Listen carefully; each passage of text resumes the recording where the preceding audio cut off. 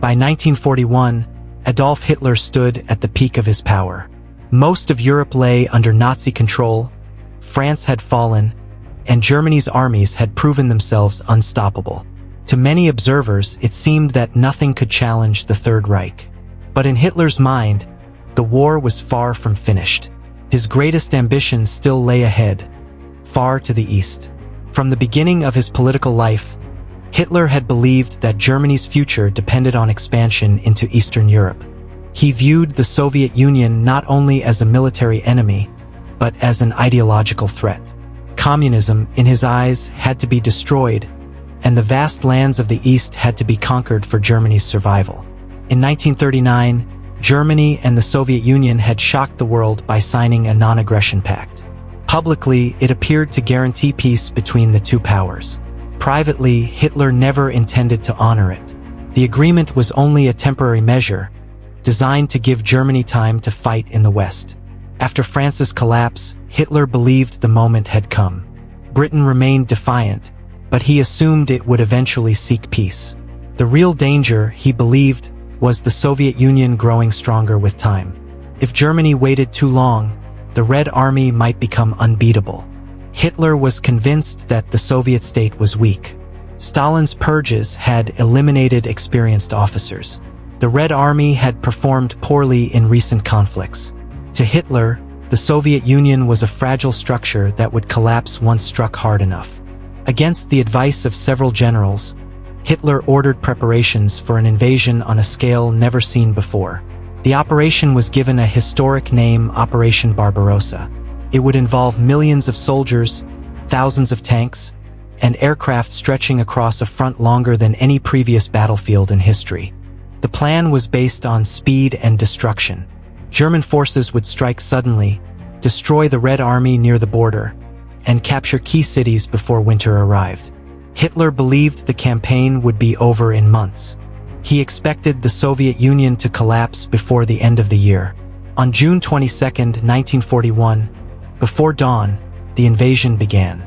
Without a declaration of war, German artillery thundered across the eastern frontier. Bombers roared into Soviet airspace. Tanks and infantry surged forward across rivers and plains. The largest invasion in human history was underway. The Soviet Union was caught completely unprepared. Aircraft were destroyed on the ground. Communication lines were shattered. Entire units were surrounded before they understood what was happening. In the opening weeks, German advances were astonishingly fast. Hundreds of thousands of Soviet soldiers were captured. Entire armies vanished from the map. German commanders reported victory after victory. To many in Berlin, it appeared that Hitler had been right all along. But beneath the surface of success, dangerous problems were already forming. The distances were vast. Supply lines stretched thin. Soviet resistance, though disorganized, was fierce and relentless. The deeper German forces advanced, the more difficult the war became. What Hitler believed would be a short campaign was turning into something far more complex. The land itself resisted the invaders, and the Soviet Union, though wounded, was far from defeated. The invasion of the Soviet Union would become Hitler's greatest gamble, and ultimately his fatal mistake. In the first weeks of the invasion, German armies advanced deeper into Soviet territory at a pace that stunned even their own commanders. Entire Soviet formations were encircled near the border, cut off from supplies, and forced to surrender. Cities fell one after another, and endless columns of prisoners marched west. To the outside world, it appeared that the Soviet Union was on the verge of total collapse. Hitler interpreted these early victories as proof that his assumptions had been correct. He believed the Red Army had already been fatally wounded. German propaganda celebrated the invasion as a historic triumph, portraying it as the final destruction of Bolshevism. Confidence turned into arrogance, and caution was dismissed as weakness. Yet the reality on the ground was far more complex. Soviet soldiers, though poorly coordinated at first, fought with a determination that German forces had not expected. Many refused to surrender, even when surrounded. Others destroyed equipment, bridges, and supplies before retreating.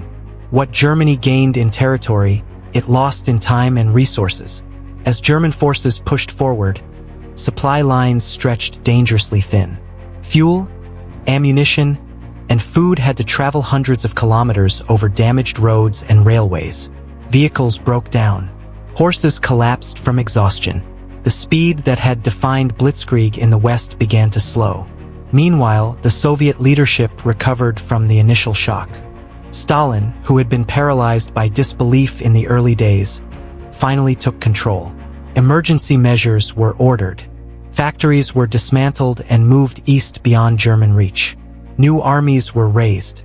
The vast manpower of the Soviet Union began to mobilize. The scale of the war in the East now revealed itself.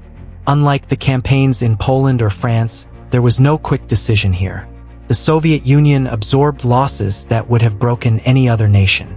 For every army destroyed, another seemed to appear. German commanders began to realize that the enemy was not collapsing. It was hardening. Hitler, however, grew increasingly impatient. Instead of focusing on a single decisive objective, he interfered directly in military decisions. Orders changed. Priorities shifted. German forces were divided between multiple goals, weakening the overall campaign. What had begun as a focused invasion started to lose direction. As summer turned toward autumn, German troops advanced toward key cities, believing final victory was near. But the Soviet Union still stood. The Red Army was battered, but not defeated. The war Hitler had expected to end in months was dragging on, and the consequences of his decision were becoming impossible to ignore. The invasion of the Soviet Union was no longer a lightning strike. It was becoming a war of endurance, and Germany was entering it unprepared. As autumn approached, Hitler faced a critical decision. Instead of concentrating all his forces toward a single objective, he split his armies. Some were sent south toward Ukraine, others north toward Leningrad, while the drive toward Moscow was delayed. German generals warned that this loss of focus would cost them precious time, but Hitler believed capturing resources and cities mattered more than a single decisive blow. While German forces advanced on multiple fronts, the Soviet Union used time as its greatest weapon. Factories were dismantled and transported thousands of kilometers east, far beyond German reach. Workers rebuilt them in harsh conditions, often producing tanks and weapons within weeks.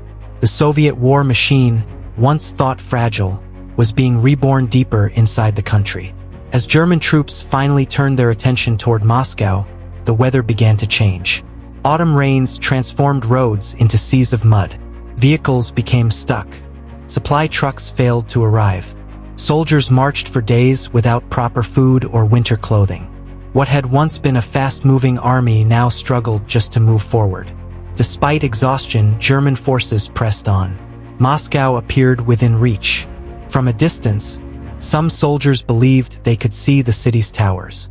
But Soviet resistance intensified. Fresh divisions arrived from the east, many hardened by experience and driven by the belief that there was nowhere left to retreat. Then winter arrived. Sudden, brutal, and unforgiving. Temperatures plunged far below freezing. Weapons jammed. Engines failed. Soldiers suffered from frostbite and exposure. German troops, unprepared for the cold, realized they were fighting not just an enemy, but nature itself. The Red Army launched a massive counteroffensive outside Moscow. German lines buckled under the pressure. Units that had advanced relentlessly for months were now forced to retreat. For the first time, the myth of German invincibility was shattered. Blitzkrieg had failed. Hitler refused to accept reality. He forbade retreat, ordering his armies to hold their ground at all costs. This decision led to devastating losses. Thousands of soldiers died needlessly, trapped by freezing temperatures and overwhelming Soviet attacks. By early 1942, it was clear that the invasion had failed to achieve its goals. The Soviet Union still stood. Germany had not won a quick victory. Instead, it had entered a long, brutal war it was never prepared to fight. Hitler's invasion of the Soviet Union had become exactly what his generals had feared: a war of attrition against an enemy with endless space, manpower, and resolve.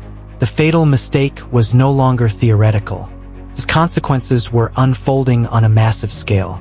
After the failure before Moscow, the war in the East entered a darker and more brutal phase. Hitler refused to accept that his strategy had failed. Instead of reassessing the situation, he doubled down. He believed that one final, massive blow in the South would break Soviet resistance and restore German momentum. The focus now shifted toward the oil-rich regions of the Caucasus. Hitler was obsessed with fuel. Germany's war machine depended on it, and he believed that capturing Soviet oil fields would cripple the Red Army while saving Germany from economic collapse. This decision would shape the next phase of the war and lead directly to disaster. As German forces advanced south in 1942, they stretched themselves dangerously thin. Army groups were split again, one pushing toward the Caucasus, the other toward a city that held more symbolic value than strategic importance, Stalingrad. Hitler wanted the city taken not only for its location, but because it bore Stalin's name. Street by street, house by house, the fighting in Stalingrad became a nightmare. The German army, trained for fast movement and open warfare, found itself trapped in brutal close-quarters combat. Ruins became fortresses. Every building turned into a battlefield. Losses mounted on both sides at an unimaginable scale. While German forces were locked inside the city, the Soviet command prepared a massive counterstroke. They did not attack the strongest German positions directly. Instead, they struck the weaker flanks held by poorly equipped Allied troops. The trap closed quickly and decisively.